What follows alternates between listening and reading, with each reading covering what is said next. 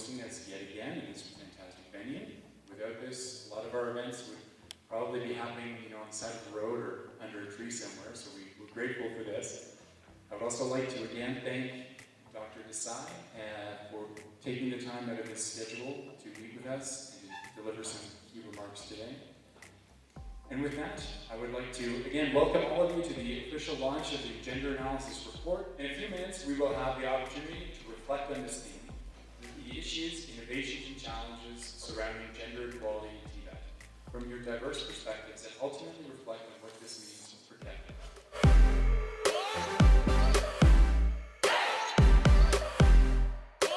As an authority, we have tried to relook at the issues of gender within the whole perspective of the TVET reforms. And one of the things that we are pursuing is mainstreaming of gender into TVET, where we are trying to look at the social issues that have been there before and how they can be addressed within the reforms. And one of the things that we have seen, and I hope this report will be able to reveal, is the issues of culture and other social aspects that have hindered, especially the gender balance within the TVET. The other things is of course, historical, and with the use of technology, and again with the research that have been done to give us information, we want to look at how then we as an authority develop an environment, a training environment that will employ and support the issues of gender.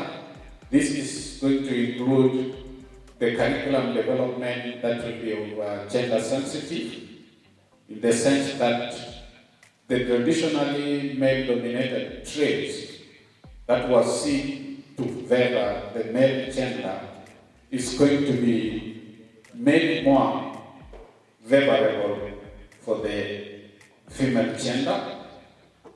We are also looking at the issues of industry participation, where we are going to get the mentors of the industry and role models that will be able to inspire the female gender into TVET. The issues of trainers, that means we are looking at the issue, the health and the thing of pedagogy, to ensure that we mainstream gender proposition within the pedagogy, so that we use the trainers as the primary source of gender promotion in TVET. And finally, the use of research to be able to support the policy decisions that we are making. And therefore, what KEFEP has done, or the CECAN has done, in terms of looking at the gender issues, or within this research that we have done, is going to inform the policy decision that we are making as the government to ensure that the whole issues relating to gender and increasing gender enrollment, issues of providing scholarships and affirmative action during the admission or placement of students are addressed. The current policy of government is to promote these values of gender, promotion of women, special needs, men, low-income families, thereby addressing aspects of equity. And it's also a value that also links to access and is further enjoined by addressing the values of quality and relevance towards the promotion of technical vocational training. And it's these values that then inform policy as well as our approach with respect to our reforms. And so wholeheartedly, as a government, we're fully committed with respect to our investment and the reform outcomes of transformation perspective as value. And this can be seen within the TIVET Act of 2013, where very explicitly the aspects of non-discrimination, gender, religion, race, social status, and political affiliation are highlighted. The aspects of our current situation, however, require a collective effort. The issues we're trying to address today, on one front, with respect to women, include an imbalance, the low number of women in technical fields, as well as the outcomes. And we're very well aware as a country that gender plays a significant role, and issues on gender plays a significant role on our development agenda, whether it's our economic performance with respect to our macro indicators of productivity, innovation, and efficiency, but also the ability for the country and its development path to empower industry, micro, small, and medium enterprises, and the profound implications it has on the livelihood of people, and the transformation of people.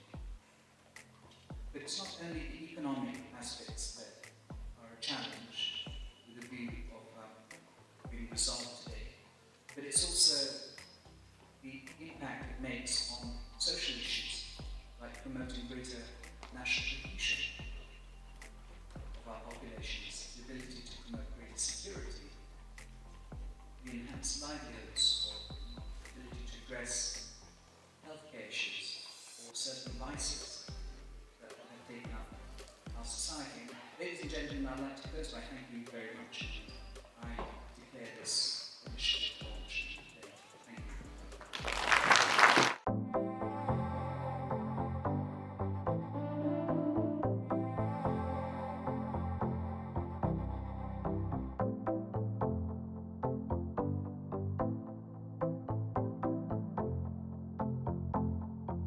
The exercise was carried out by SECA with support from Addison, which is a Canadian consulting company, and the data collection period happened between September and October 2018.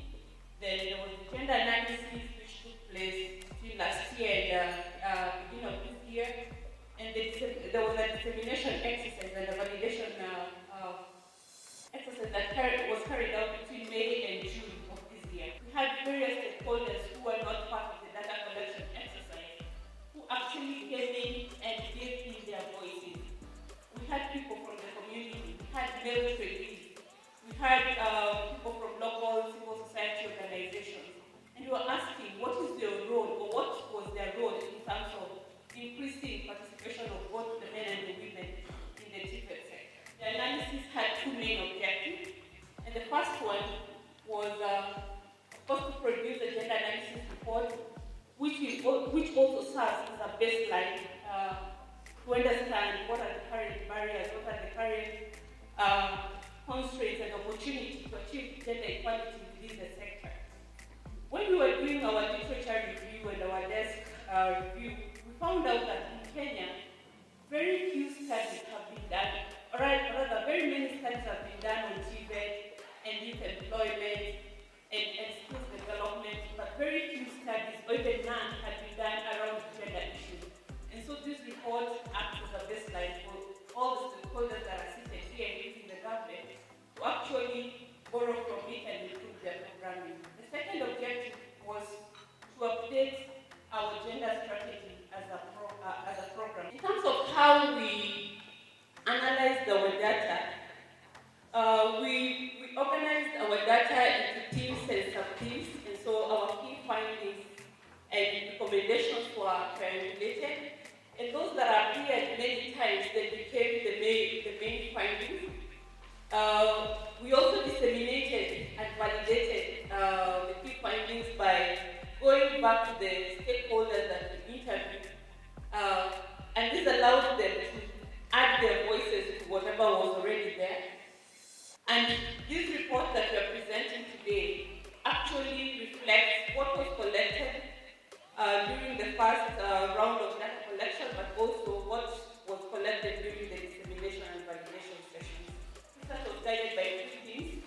And the first theme, we were trying to look at the social, the cultural, the religious norms, and how they link to access to and control of resources, decision-making, and knowledge. And here we were basically asking ourselves, how do our social, cultural, and traditional beliefs and practices how can they become a barrier to men and women participating in the Tibet sector, right from access to participating and to transition? And we are also asking, what about the religious norms that we hold? How are they a barrier to men and women joining Tibet institutions? We also looked at decision making, and we were asking, who makes the decision at home, at the household level? And how does the decision that they make affect the resources that they actually commit to send their sons and daughters to Tibet institutions? And how does that either become a barrier or gives opportunity for both the men and the women to access the Tibet institutions? The second thing we were looking at institutional capacity assessment, and we were basically asking, once young men and women have decided to join the Tibet institutions, are these institutions ready for them? Are the facilities adequate for them? And when I'm talking about facilities, I'm talking about simple things like washrooms, simple things like change rooms, simple things like breastfeeding centers. Are they there to accommodate the various needs that students present? And what about the policies that are there? Because again, we cannot implement things in a void. And we're asking, do institutions have gender and sexual harassment policies? And if they have, do they just have them to tick the box? Or are they really implemented? Are they resourced? Do we have people who are skilled enough to actually implement the policies? We were also asking about the pedagogy. Because students come here to learn, but what is the pedagogy like? How are the teaching and learning techniques like? Do they respond to the needs of both the men and the women? And does gender stop at men and women, or does it look at various intersectionality? CSOs as an institution looks at gender from a very broad perspective. We go beyond men and women, and we ask ourselves, who are these men and women that we are talking to? Who are these men and women that we are targeting? We are targeting young mothers. We are targeting young men who are in their maybe between 19 and 24 years. What are their challenges? We are targeting people who are working, who are full-time employment, and they can only find time during the weekend. What unique challenges do they face, whether they are men or women? We are talking about these stay-at-home moms who really want to access education. What are the challenges, and is the institution prepared for them? And are there structures or policies to actually accommodate them so that they not only access, but they participate and also transit into the market? The last theme, we were looking at employment opportunities and market readiness for women versus men. And we were asking ourselves, once we've prepared men and women in our institutions, is the industry ready for them? Let's say, for example, someone has trained, a young lady has trained in mechanical engineering. Is the industry ready for her? And what are the steps that the industry is making to actually have her participate or work within a technical department? And here you'll see very interesting findings where, yes, they train in technical courses, but then when they go to the industry, it is the same old story of them being put in administration and other areas that are perceived to be female-friendly. Let us look at the general state of gender equality in the Tibet sector. So, like the PS said in the morning, and the DG, we have a State Department of even as a country, there is commitment in implementing or in supporting gender equality agenda in this country. And we also have a very good number of legislations, policies, frameworks that are geared towards promoting gender equality. Policies like the gender in education policy, we have sexual harassment policy, we have child protection policy, and we can name a very good number of them, including our constitution, that is really geared towards promoting gender equality. But then let us look at how we're doing in terms of statistics. The Global Gender Gap Report actually says that while 91.4% of girls have attained primary school, only 38.1 and 11.7 attained secondary and tertiary level education respectively. So at the basic level of education, at the primary level, we are doing well as a country in terms of enrollment, in terms of their participation. We are really doing well at the basic level. But what happens when they want to join high school? The number drops. And this study talks about some of the reasons as to why they're dropping out of school. And when you look at the first thing, you see the social and cultural practices come to play. Issues like early marriage, issues like female genital mutilation, issues like male preference and all that come to play, and we see them dropping out of school. Others get pregnant, but we can probably say that we have a return to school policy as a country. But then, how is it working? When they are transiting to tertiary level, the number drops further, and it drops to 11.7. And we are asking ourselves, what is happening to the female population? Why are we not seeing the curve going up? Why are we seeing the curve going down as they go up? But we're saying that these challenges are not only affecting women. We are seeing boys who are also being affected, and they're affected in various ways. And that is why when we have this discussion on gender, we're just not talking about the women, we're not just talking about the girls, but we're also asking, how is the boy being affected? And we're seeing that most of the boys who drop out of school, they drop out of school because of the social pressures that are there. In most of our communities, when the male relative, that is the father, the uncle, the grandfather, when they pass on, then the mantle is passed on to the boy.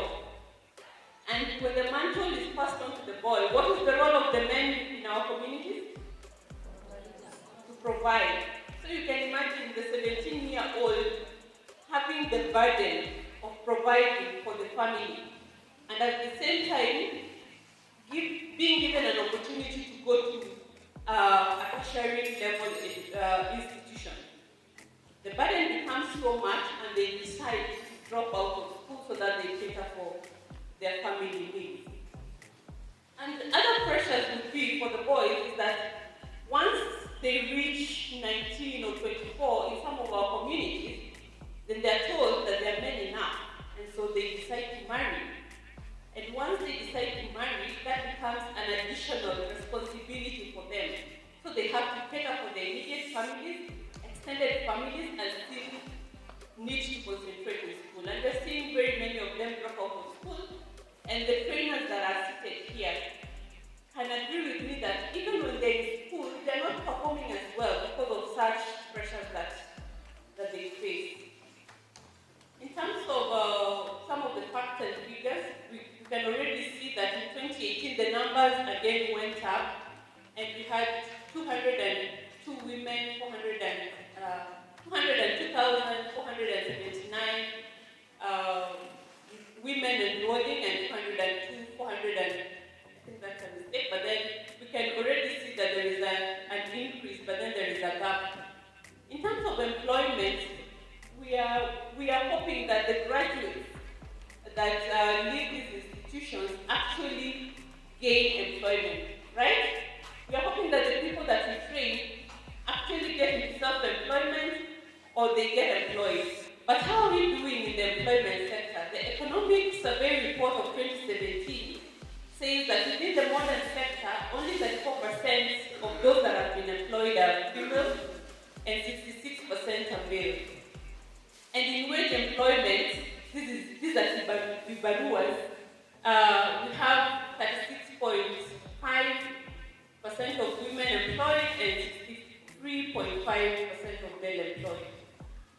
Then employment rate among our youth, especially between 15 and 24, we have women at 33.14% and men at 20.08%. And in terms of the population that can access informal financial services, here what we are referring to is accessing financial services from relatives, from friends, from chamas. We are seeing women actually have access to more informal financial services as opposed to men. And we can all guess that this is happening because very few women own land. And so when she walks to the bank, then she'll be asked for what? A title deed. And if she can't produce a title deed, the chances of her getting a loan are lower. So lack of collateral makes more women to actually prefer informal financial services as opposed to the financial services. And in terms of equal pay for equal work done, according to the gender report, we are also seeing that women earn less by almost $1,000 as compared to men for same work done.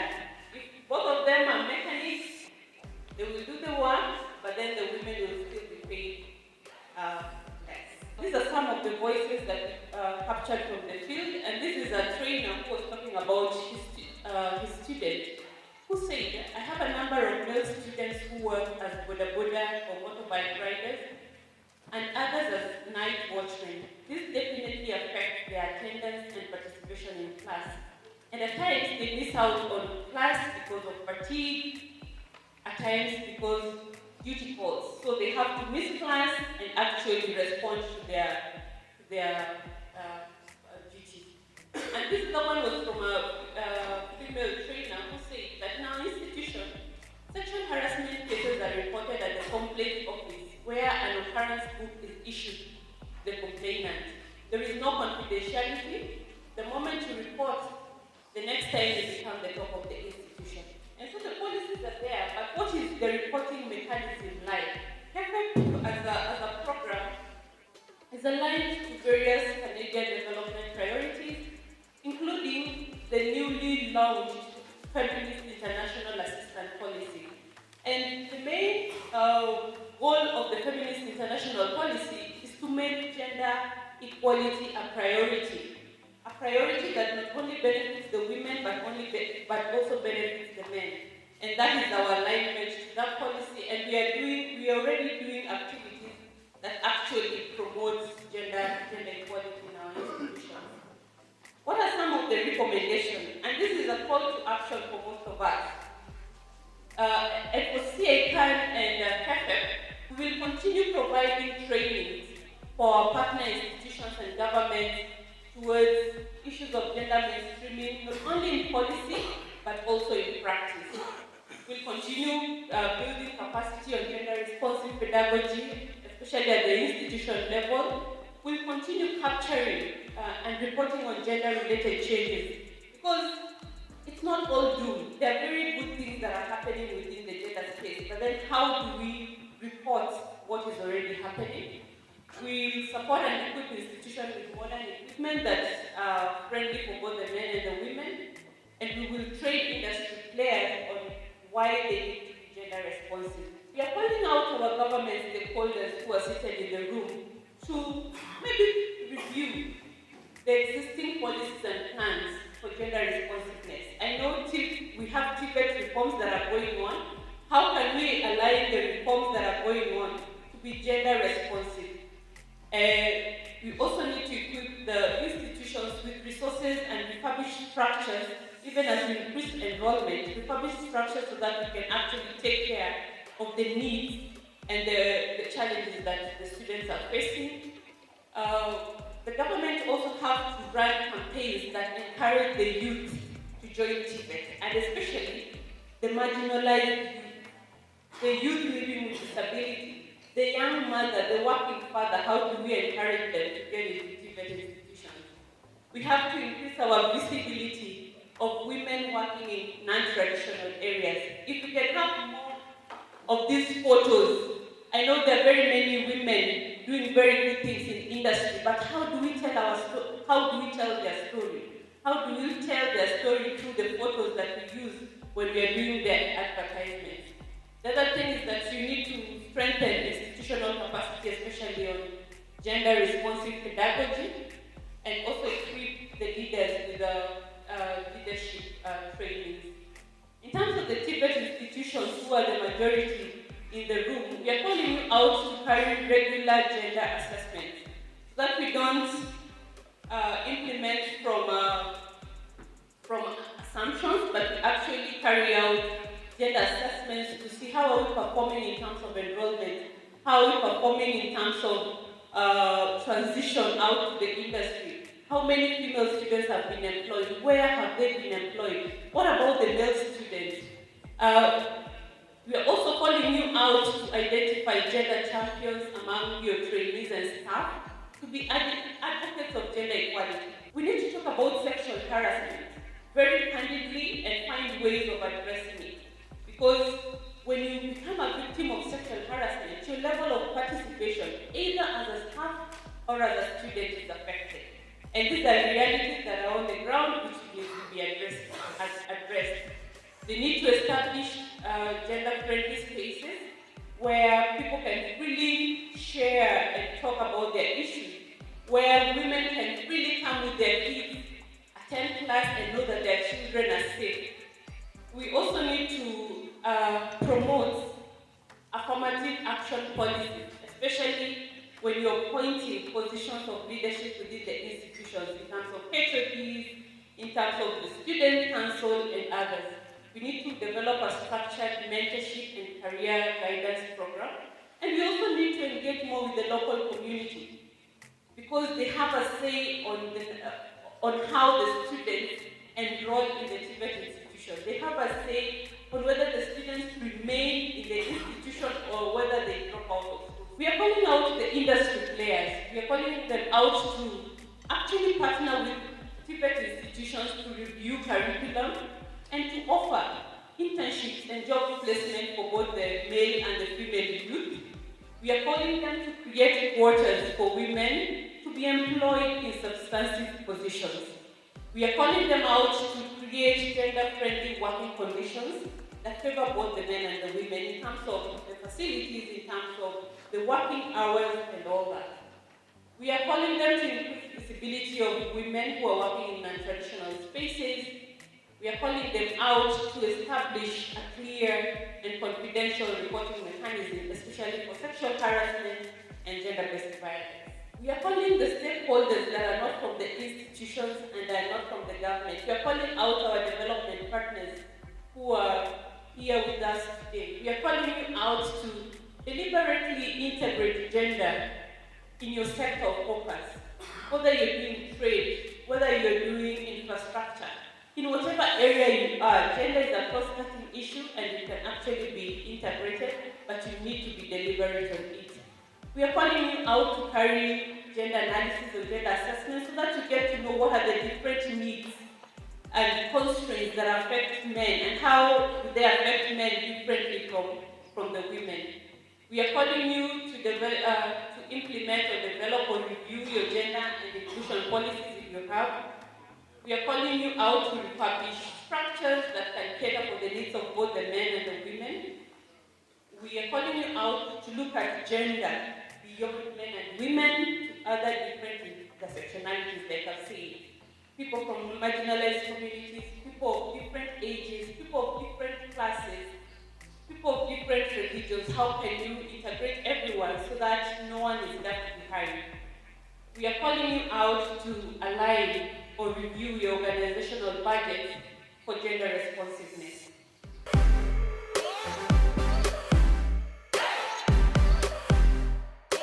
We'll be hearing 4 short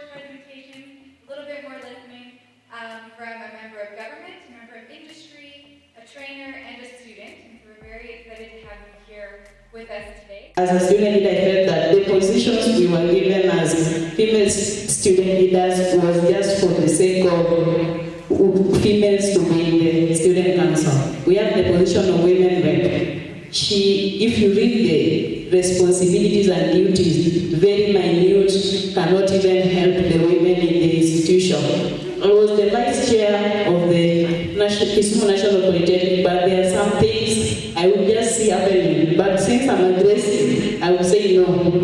And I would force myself even in where I was not allowed. And not every female student leader will realize that. So even as we motivate female to vie for those leadership positions, the administration should ensure that the female student leaders are empowered not just to bear those posts, but to grow and develop as leaders, because some of us would like to be leaders after college. If you have looked at the manual, we have about 6 key indicators that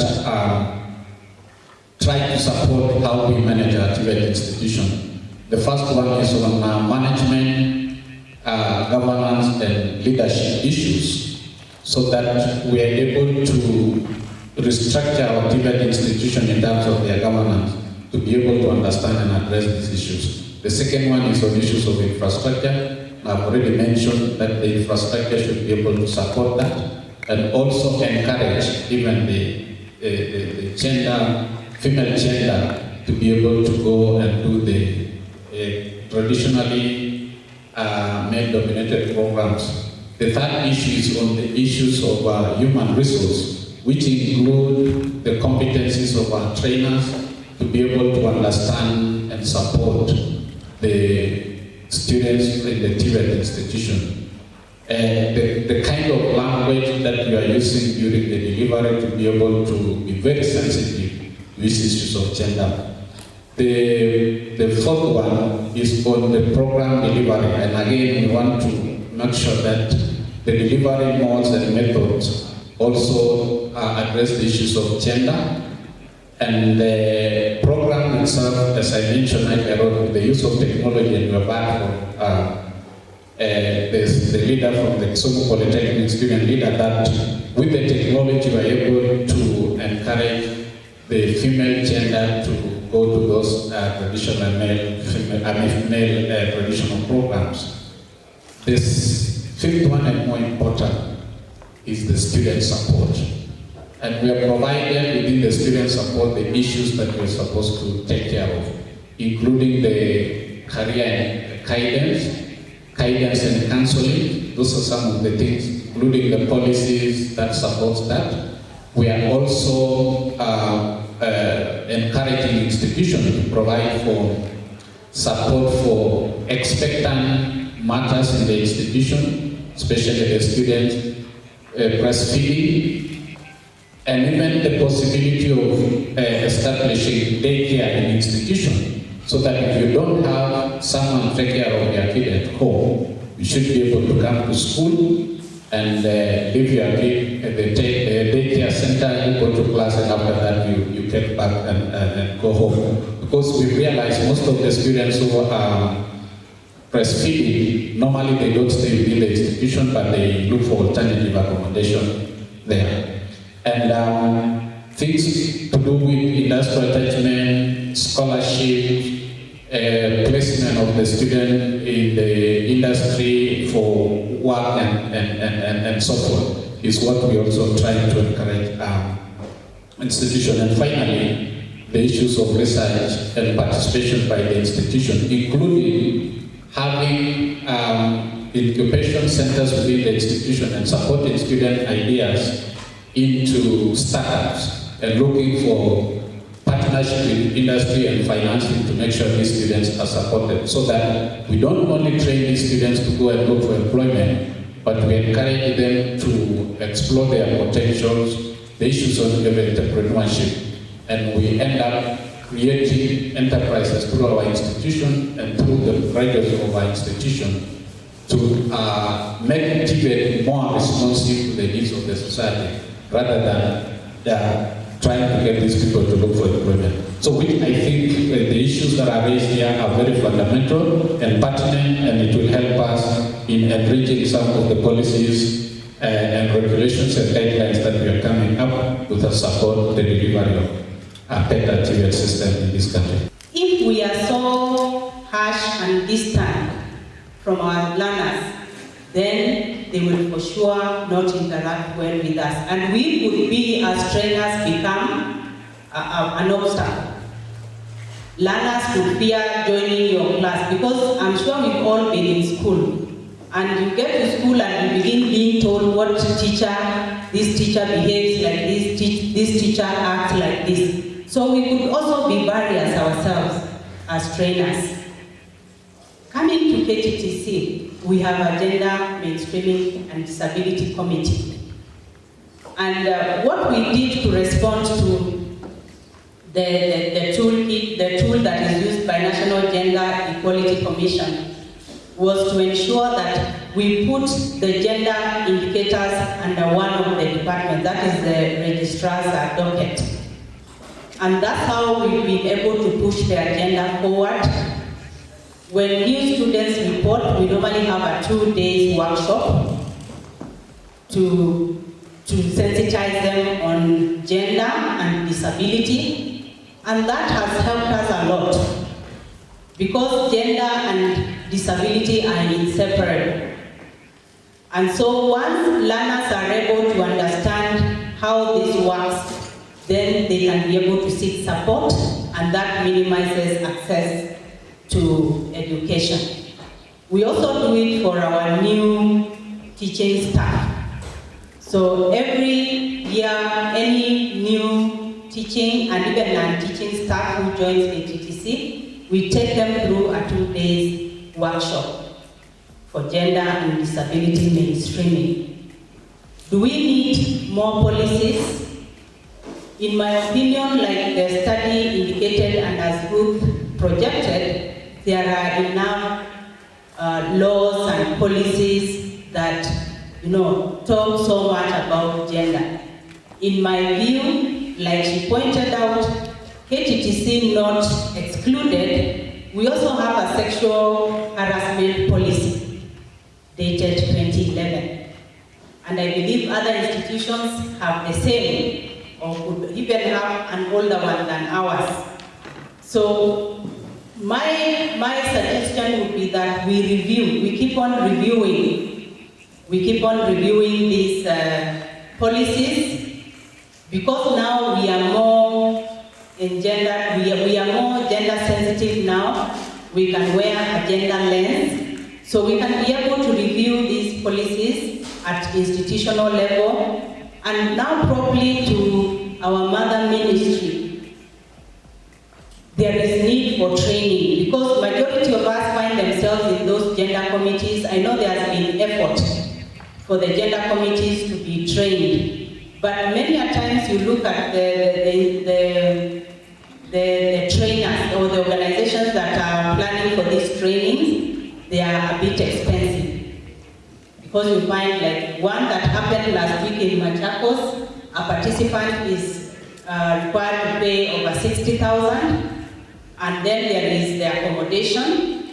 And here, if you are to take the whole gender committee for that, then most institutions cannot afford, and you end up finding only few institutions were able to sponsor either of their gender committee members, compared to parastatals like ERC that had 5 people and many other parastatals. That happened last week on Thursday and Friday.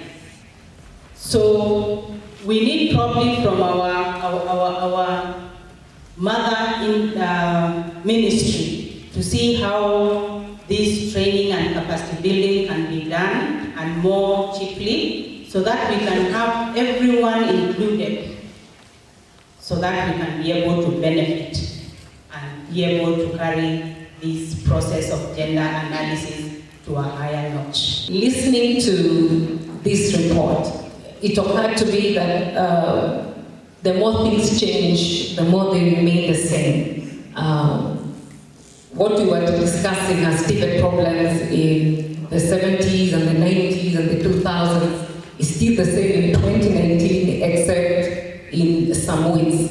For example, women are still on the lower end spectrum for what we consider non-skilled or lower skilled TVET in agriculture, dressmaking, house helps.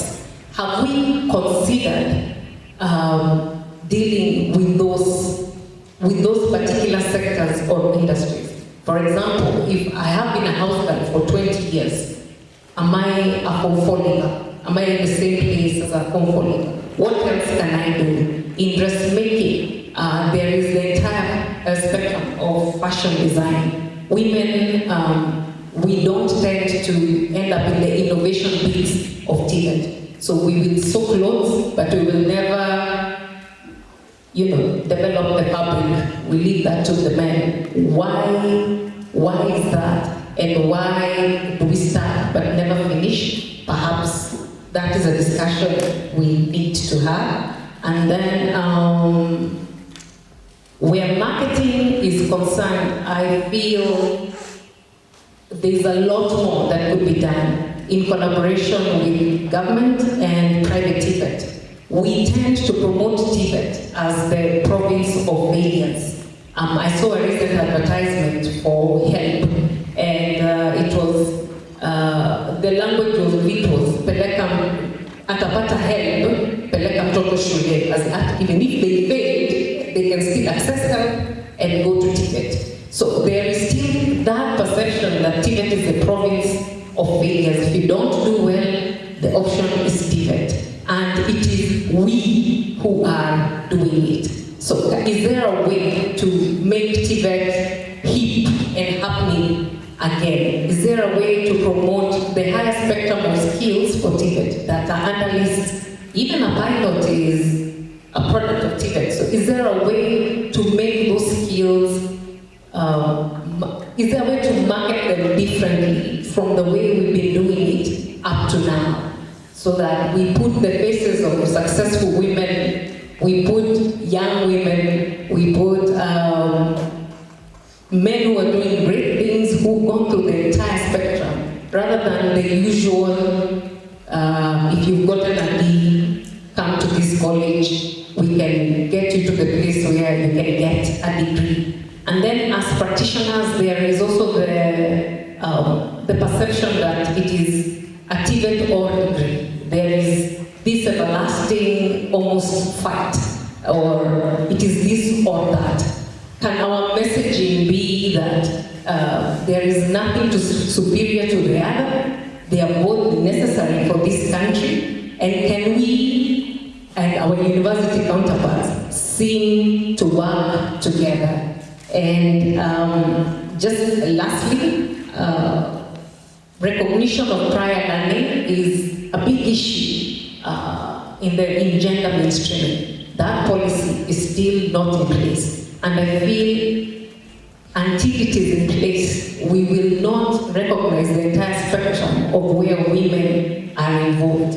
If I farm potatoes and I have grown, I don't farm them the way I used to, I have mechanized, I know this, I know that.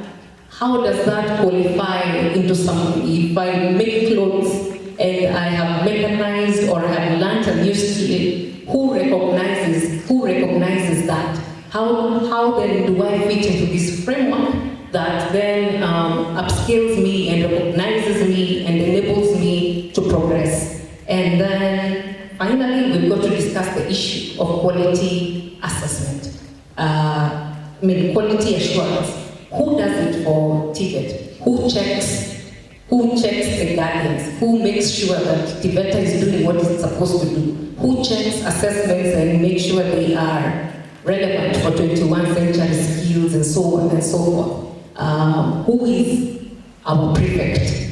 And I think that is a discussion we need to have, because then gender mainstreaming can be a part of quality assurance and can be checked at all times. I really didn't feel different in a negative way. I felt it in a positive way, like I was surprised that is there no other Somali or Muslim woman who could make it here. So I felt really motivated and brave enough. Maybe they were not so much brave like me. I'm a proud lady, by the way. So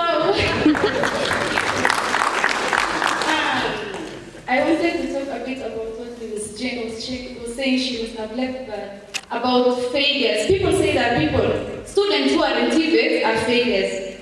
I'm really surprised because this thing mostly happens in Odisha where we are called failures because we are from TVET. You see, to me, I believe failures are found in the streets. The drug dealers, the murderers, the rapists, all those are the failures. We are not failures. We can't be failures.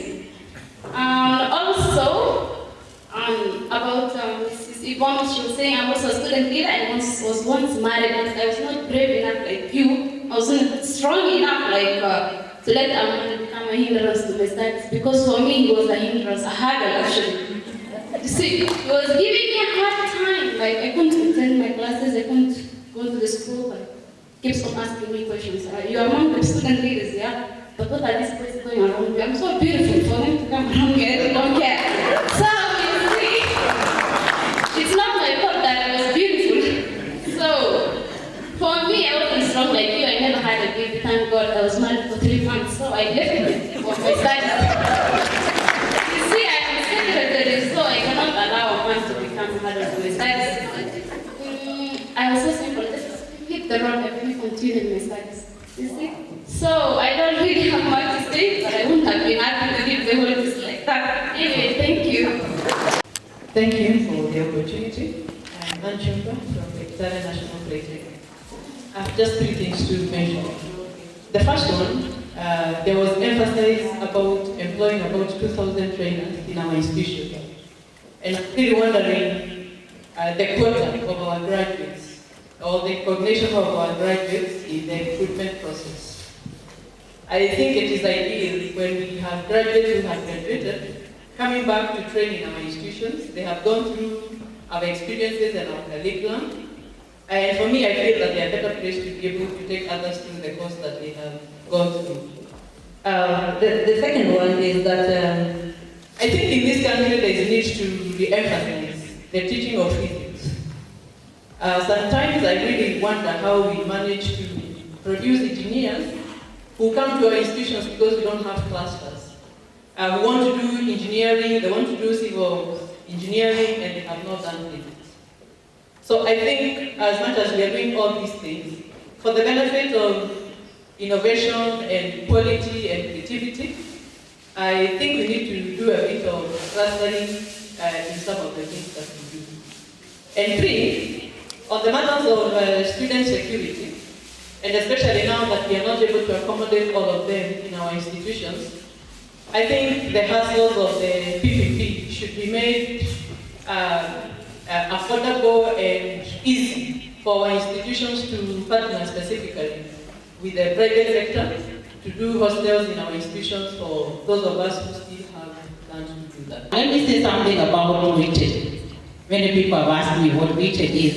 It is Women in Technical Education, and our main objective is to encourage girls and women to join the engineering, science, and technology, the male-dominated courses. But the boy child has been complaining about us. So, Dr. Aden, maybe like that. Maybe I will challenge you, why don't you start meeting for men? Because we also have the female-dominated. And okay, for WITED, we've also been encouraging the boys. Anywhere, anytime we go for a forum to talk to the girls, if we find that the boys' school, we don't tell the boys to stay away, so we include them. But I think there's a need, because WITED came about out of a gender need. Ruth, you know it is, gender mainstream is very wide. You can't take up the whole thing and one person doing the whole thing. I think we need to unpack gender mainstreaming such that if there is a gender need that is glaring, like that one or male-dominated courses, you start WITED. If there is a need for the males, start WITED. And if any other gender need, start something. Let someone concentrate on that so that you address the glaring issues.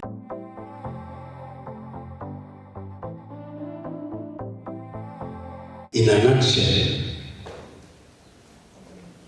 the TVET institutions are the basis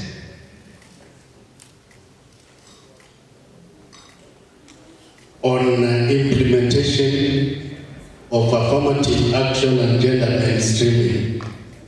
The way engineers say that where the rubber meets the road, it is at the training institution that we will be able to effectively implement affirmative action and gender mainstreaming. The CEOs who are here, the students present, and all the stakeholders present, let us join hands and implement the recommendations that we have seen from the research that was undertaken.